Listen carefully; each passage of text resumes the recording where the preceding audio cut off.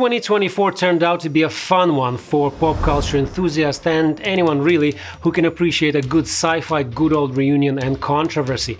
On the other hand, it didn't really spoil us, history lovers, but hell, it gave it a good try. Hey, I'm Robin, I love history, but I'm better at watching movies, so here we talk about historical film and TV.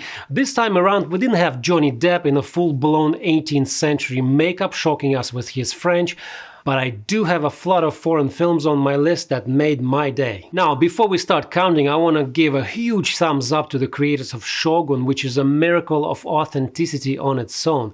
But being a TV show, it cannot really push my contenders around since we are talking about full-length features. Number 5 being pretty much of the heaviest weight.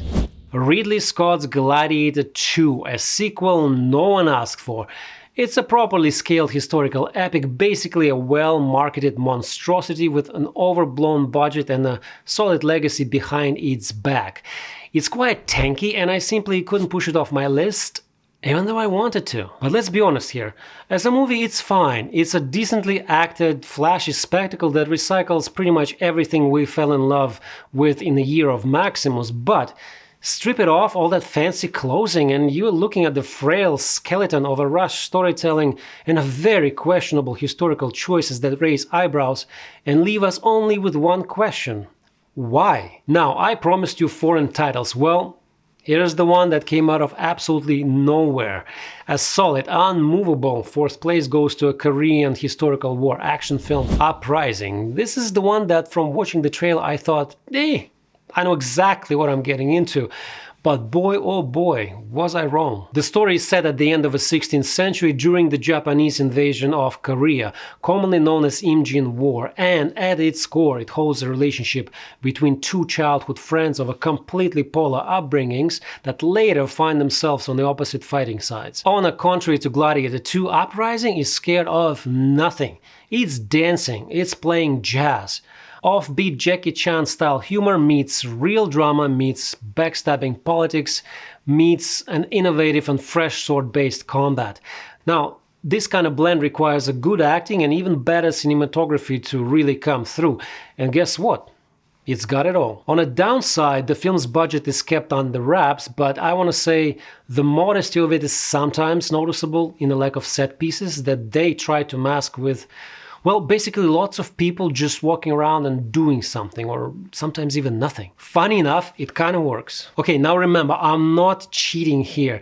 Technically, the next one did get shown at a bunch of festivals in 2023, followed by its only Danish release in October. But worldwide, it got accessible only as early as January 5th, 2024 in Lithuania. Lovely country, by the way, highly recommend. You guessed it right, Mads Mikkelsen being his awesome self in a promised land, or should I say 18th century Denmark. Now, this title is another flawless example of authenticity, when country's history and culture are presented in a non-twisted way with a no-nonsense attitude. To me, it's one of those that reminded me to stay grounded in the midst of everything that modern life has to offer. It is the film about life and about simplicity of human relations that are rooted in survival and distribution of power. I put it third because even if it's nearly flawless, the first 10 minutes, for me, didn't really do it justice as far as the painting the main hero goes, and it has that definite touch of Scandinavian melancholy that I had to be in the mood for to watch it. Which is really weird, because that's one of my traits. Alright, let's draw the big guns. We're back to Hollywood, baby.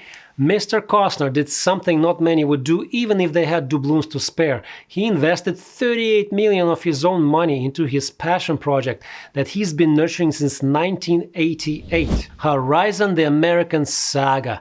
Not something for short attention spans, and in my opinion that's exactly why Chapter 1 got pulled out of the theaters so abruptly, and Chapter 2 will go directly into streaming. Some might blame the unresolved anticlimactic ending and many interweaving storylines being confusing, but fine by me. I'm looking at the big picture here. The story is well thought out and it comes together exactly when it needs to, giving enough time to all the subplots to have their own mini arcs. Stellar cast, great locations, very good balance between action and drama, and even from bare filmmaking point of view, Kevin Costner knows exactly what he is doing.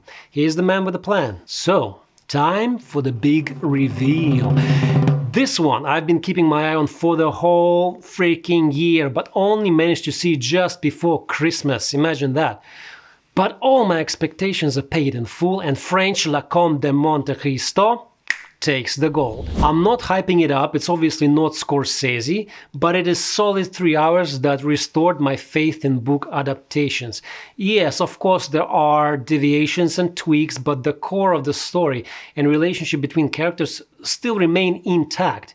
And if anything, those tweaks do exactly what they're supposed to do: condense everything while keeping things entertaining. Overall, the film is very gentle with its intricate original source.